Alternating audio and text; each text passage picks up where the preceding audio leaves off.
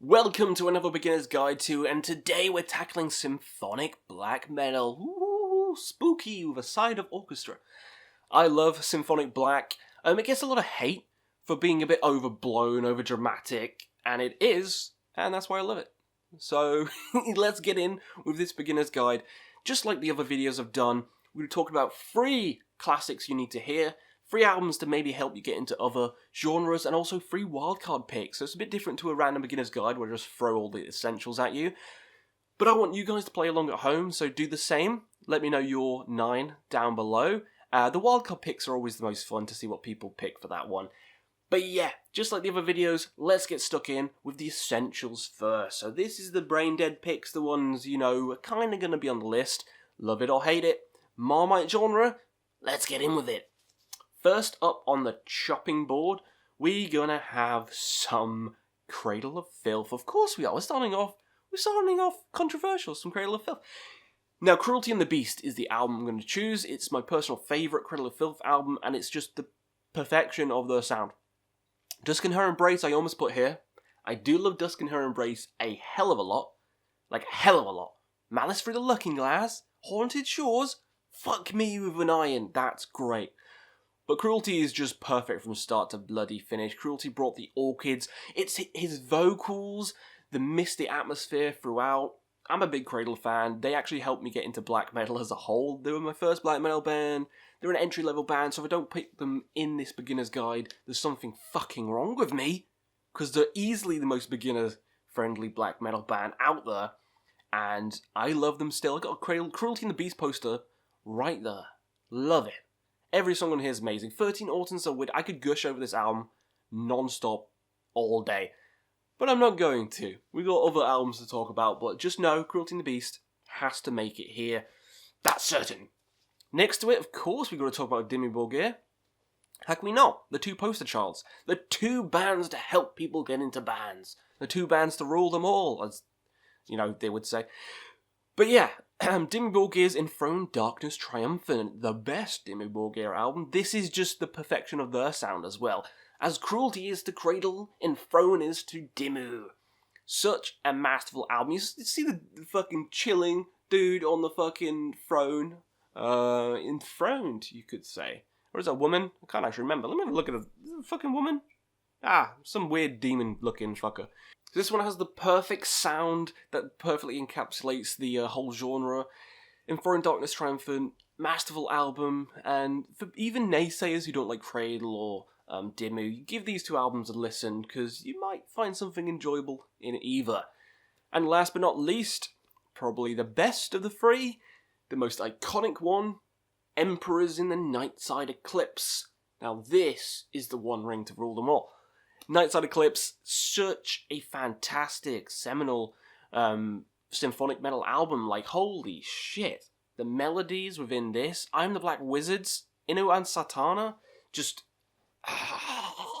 when you hear the melodies throughout, you don't think, like, oh, this is cheesy, this is overblown. You're just enjoying the music as a whole. Isan's vocals screeching through the melodies, like, shivers down the spine. Even though that's my arm. Love it. It's a classic for a reason. It's in the Nightside Eclipse. Everyone has to have it in the collection. Everyone has to listen to it and love it every fucking day. So those are my 3 essential albums for symphonic black metal. So now let's get into the other ones, the more interesting ones. So the next 3 I'm going to talk about is albums and bands that may get you into other genres. And this is a bit harder. So let's get started with my first one. So first up is The Kovenent with Nexus Polaris. I love this kind of album cover, just randomly talking about the album cover, kind of like labyrinth-esque puppet things in space. Like, how can I not enjoy that? But the music held within is so masterful. I'm so glad I randomly stumbled upon this album, but I adore it. I've been listening to it non-stop, and probably one of the most listened to albums on this list, actually. But this is symphonic metal with a bit of a fun edge to it. A lot of their albums are also kind of mixing like industrial with the black metal, so I could put this in the essentials one for getting people into some more industrial kind of stuff, some more fun stuff like that, and just I really wanted people to check this album out. Underrated as hell. Love the kind of Muppet-esque artwork, so go give the Kovenent a listen, and Nexus Polaris is a banger. Next up, for something more fun as well, Balsam Goth, and I always forget the name of this. Starfire burning upon the ice-veiled throne of Ultima Thule.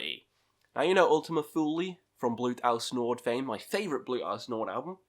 That'll be in the avant-garde section of the beginner's guide. This is such a fun album, such a wild, crazy, almost power metal-y time. Like, I would consider this bordering power at times.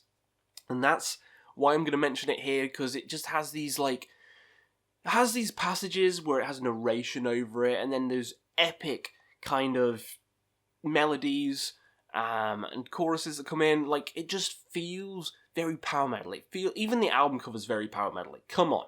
Some warrior thing fighting a demon. How is that not power metal to a T?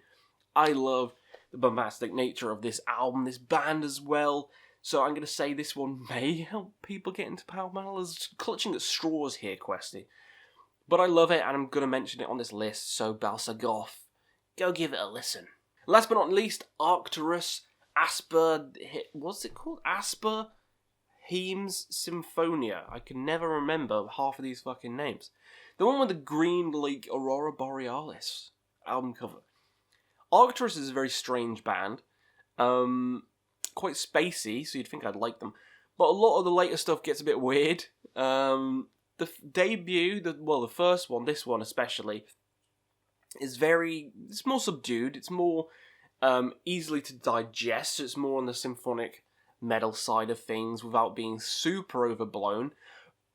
But it is a masterful album, and I think it'd help people get into the more avant-garde style of black metal, because there's a lot of strange things happening on this album. Strange melodies, strange vocals, and everything like that. Just with the band in general, you go further into the discography, you'll get weirder and weirder and fucking weirder. But on this one, it's a bit easier to digest, so I'd say to start with this one and then, see where the rabbit hole goes. So yeah, Arcturus, another band and album for this list. So next up, my 3 wildcard picks. So these are just 3 picks I just wanted to throw in here because they need to be listened, because they're fucking good. So first up is Obtained Enslavement with Witchcraft. Get those witches on those brooms.